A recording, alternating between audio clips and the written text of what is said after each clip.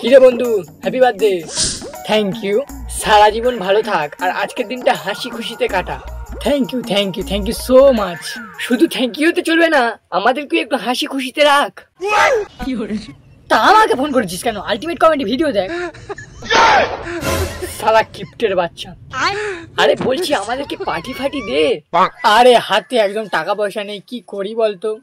তোদেরকে 5 টাকার কেক দিলে হবে? তোরা তো এখন বড় হয়ে গেছি, অন্তত 10 টাকার কেক তো দিতেই হবে। কি বলিস? অত টাকা খরচা করতে হবে না, ওইসব কেক ফেক লাগবে না। সামান্য 1 প্লেট করে বিরিয়ানি দিলেই হবে। ভাই তুই কি চাস? আমার জন্মদিনের দিন মৃত্যুদিন হোক?